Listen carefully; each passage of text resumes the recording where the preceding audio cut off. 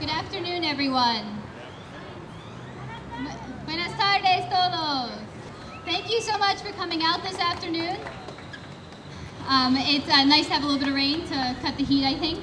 But I think coming out the hottest part of the day really reminds us what we're here to talk about today. Just how brutally hot and difficult the working conditions are that construction workers face in Austin. My name is Emily Tim. I'm a community organizer with Workers Defense Project, and we are an organization that assists low-wage workers, particularly construction workers, with improving their workplace conditions and fighting for fair and humane working conditions. Austin depends on the hard-working men and women in the construction industry to build this city, yet they are not provided with even the most basic protections, such as rest breaks and drinking water. Workers in Texas frequently labor in temperatures that exceed 100 degrees, with high humidity and extended sun exposure. These conditions can be dangerous and even deadly if workers are not provided with rest breaks and drinking water.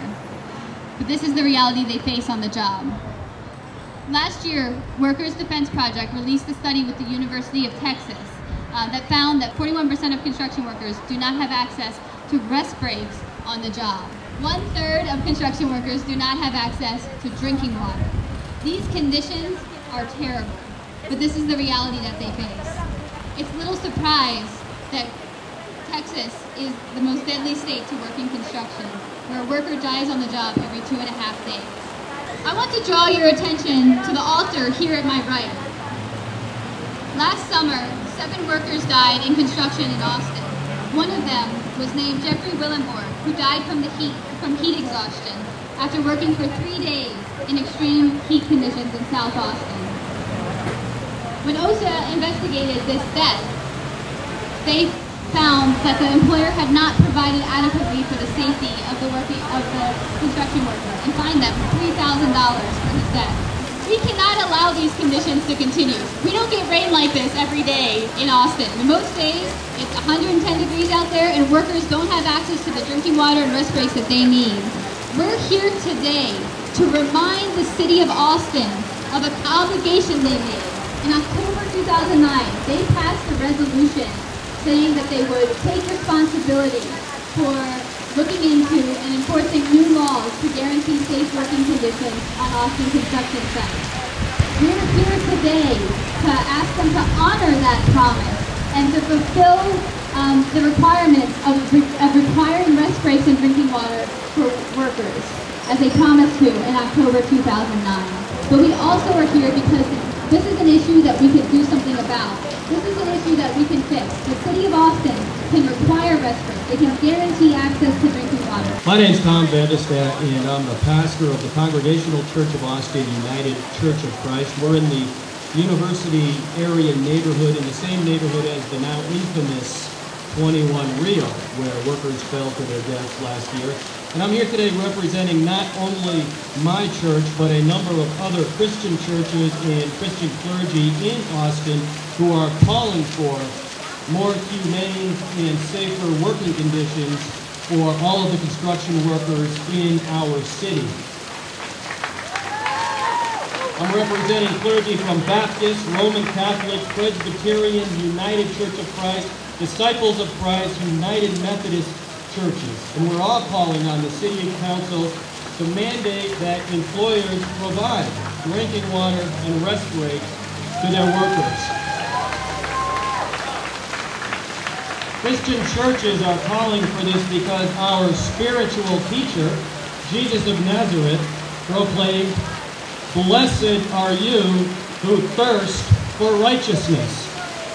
And how did Jesus define righteousness? "I was thirsty, and you gave me water to drink." Righteousness is quite simply the humane treatment of other human beings. Righteousness is giving water to those who thirst. Righteousness is giving drinking water and a rest break to construction workers laboring in the hot sun 8 to 10 hours a day. And you don't have to be a religious person to know this is simply the right thing to do. So we're gathered here today because we all thirst for righteousness. because we insist on the humane treatment of Austin's construction workers, because we insist that when they get thirsty working in 90-degree, 100-degree, 112-degree heat, they be given drinking water and a bit of time to rest. It's simply the right thing to do. Today, a number of us are literally going to thirst for righteousness. Over a dozen workers and their allies will be participating in a thirst strike, a water strike. And we're doing it to highlight those who are not being treated humanely in this city. We're doing this to insist that all workers be given water when they are thirsty. So blessed are all of you here today who thirst for righteousness. Thank you.